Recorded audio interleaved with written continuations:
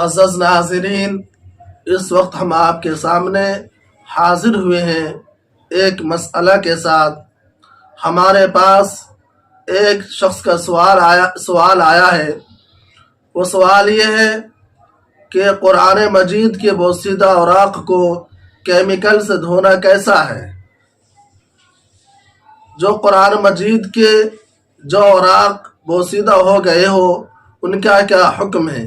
فی زمانہ ایسے کیمیکلز بھی آ گئے ہیں جن کے ذریعے چھپے ہوئے حروف کو دھویا جا سکتا ہے، تو کیا قرآن مجید کو دفن کرنے کے بجائے کیمیکل کے ذریعے اس کے حروف کو دھویا جا سکتا ہے؟ سوال میں بندہ یہ کہنا چاہتا ہے کہ ہمارے پاس قرآن ہے جن کے اوراق بوسیدہ ہو چکے ہیں، یا بعض اوراق قرآن کریم کے پھٹے ہوئے ہیں، یا قرآن کے نسخے کے پرانے ہونے کی وجہ سے اس میں زیادہ بوسیدگی آ گئی ہے، تو ایسے قرآن کریم کو ہم کیا کریں؟ چونکہ یہ ترقی یافتہ زمانہ ہے، تو اس زمانے کے اندر ایسے کیمیکل بھی آ گئے ہیں جس کے ذریعے سے قرآن مجید کے حروف کو دھویا جا سکتا ہے۔ یعنی کیمیکل کے ذریعے سے دھوئیں گے تو قرآن کریم کے جو اوراق پر جو حروف لکھے ہوئے ہوں گے وہ دھل جائے گا، وہ مٹ جائے گا۔ تو کیا کیمیکل کے ذریعے قرآن مجید کے حروف کو دھونا جائز ہے؟ بندہ نے سوال کیا ہے، اس کا جواب یہ ہے کہ ہم اور آپ جانتے ہیں کہ قرآن کریم مسلمانوں کی مقدس کتاب ہے، اور قرآن کریم کا درجہ اللہ تبارک و تعالی نے ناسخ اور منسوخ کا بنایا ہے۔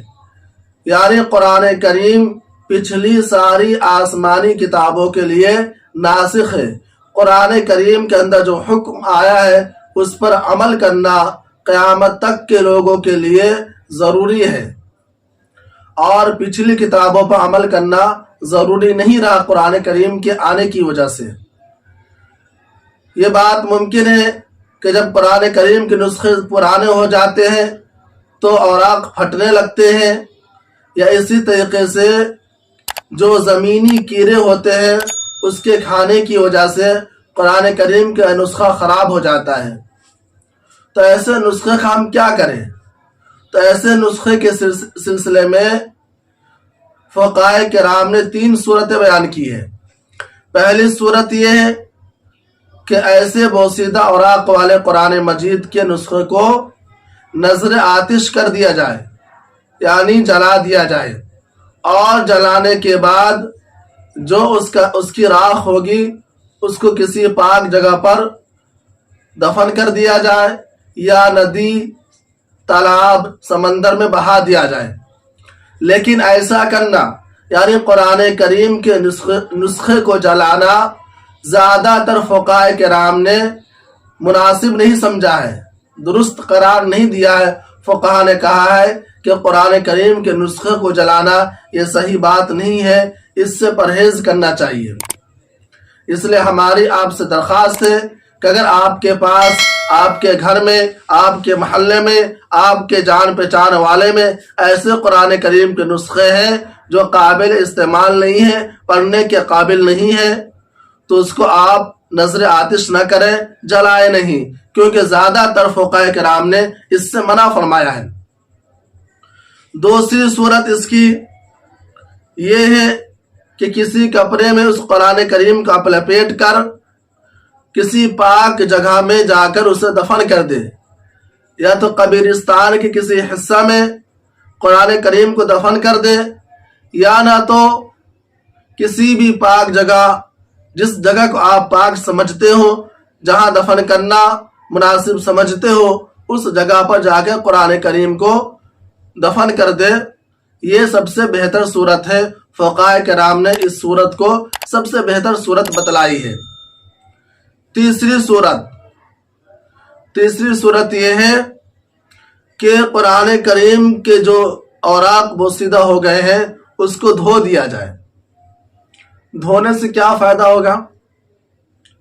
دھونے سے فائدہ یہ ہوگا کہ قرآن کریم کے اوراق پر جو حروف چھپے ہوئے ہیں وہ مٹ جائیں گے، وہ دھل جائیں گے، چھپے ہوئے حروف کے نشانات مٹ جائیں گے اور اس کے اوراق صرف خالی کاغذ رہ جاوے گا۔ تو یہ تیسری شکل اور تیسری صورت ہے۔ یا تو تیسری شکل کے اندر دھونے کی ایک شکل یہ ہے کہ ہم پانی کے ذریعے سے دھوئے، عام پانی، نل کا پانی، کل کا پانی، عام پانی جو ہے اس پانی کے ذریعے سے ہم دھو کر لکھے ہوئے حروف کو ہم مٹا دیں۔ اور ایک شکل یہ ہے کہ کیمیکل کے ذریعے ہم دھوئیں، کیمیکل کے اندر قرآن کریم کے نسخے کو یا جو بوسیدہ اوراق ہے اس کو ڈال دیں۔ جیسے ہم اس نسخے کو کیمیکلز کے اندر ڈالیں گے تو اس نسخے پر جو قرآن کریم کے حروف ہوں گے وہ مٹ جائیں گے، وہ دھل جائیں گے، نشانات مٹ جائیں گے۔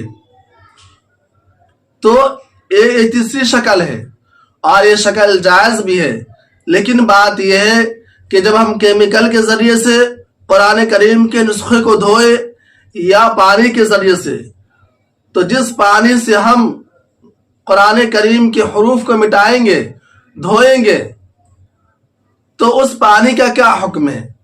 اس پانی کا ہم کیا کریں گے؟ اس پانی کو ہم گٹر میں بہا دیں گے یا تالاب میں بہا دیں گے یا نالی میں بہا دیں گے یا سمندر میں بہا دیں گے؟ کیا کریں گے؟ اس پانی کا حکم کیا ہوگا؟ تو فقہاء کرام نے لکھا ہے کہ قرآن کریم کو حروف کو دھونے کے بعد جو پانی رہے گا، جس پانی سے ہم قرآن کریم کے حروف کو دھوئیں گے، اس پانی کو یا تو پاک زمین پر جا کے بہا دیا جاوے۔ جس زمین کو آپ پاک سمجھتے ہیں، مطہر سمجھتے ہیں، ایسی پاک زمین پر جا کر آپ اس پانی کو بہا دیں تاکہ زمین اس پانی کو اپنے اندر جذب کر لے۔ اور اسی طریقے سے ہم پاک زمین پر جو پانی بہاویں گے تو پاک زمین ایسی ہونی چاہیے کو عام گزرگاہ نہ ہو، راستہ نہیں ہونا چاہیے۔ ہم یہ سمجھے کہ یہ راستہ ہے، لوگ آتے جاتے ہیں، آمد و رفت لوگوں کا ہوتا ہے، گاڑیاں چلتی ہے اور وہ پاک زمین ہے، پاک راستہ ہے۔ تو اگر ہم یہ چاہیں کہ وہ پاک زمین پر، پاک راستے پر قرآن کریم کے حروف کو مٹائے جانے کے بعد اس پانی کو وہاں بہا دے تاکہ زمین اپنے اندر جذب کر لے، تو ایسا نہیں کرنا چاہیے، چونکہ یہ عام گزرگاہ ہے۔ عام گزرگاہ پر آپ قرآن کریم کے مٹائے جانے کے بعد اس پانی کو وہاں پر بہائیں گے تو یہ بے احترامی ہے، بے ادبی ہے۔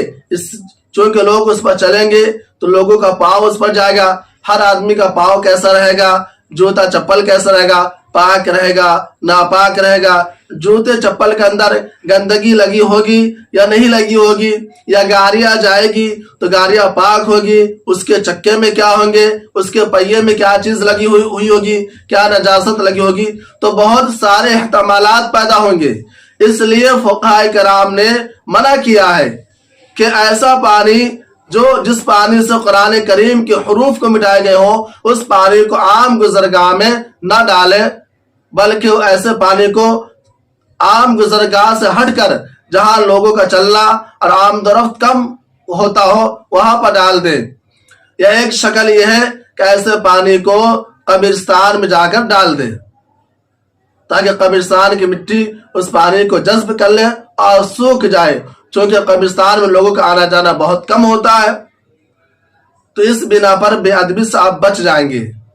تو آپ یہ سمجھیے کہ قرآن کریم کے جو نسخے آپ کے گھر کے اندر پرانے ہو یا زمینی کیڑے کھائے ہوئے ہو، جس کی وجہ سے اس قرآن کریم کو پڑھنا مشکل ہوتا ہو، تو آپ کے لیے سب سے بہتر صورت یہ ہے کہ آپ اس کو یا تو قبرستان میں دفن کر دیں کسی کپڑے میں لپیٹ کر، یا یہ کہ اس کے حروف کو پانی سے دھو کر اس پانی کو کسی پاک جگہ پر جا کے بہا دے تاکہ وہ زمین اس پانی کو سوکھ لے۔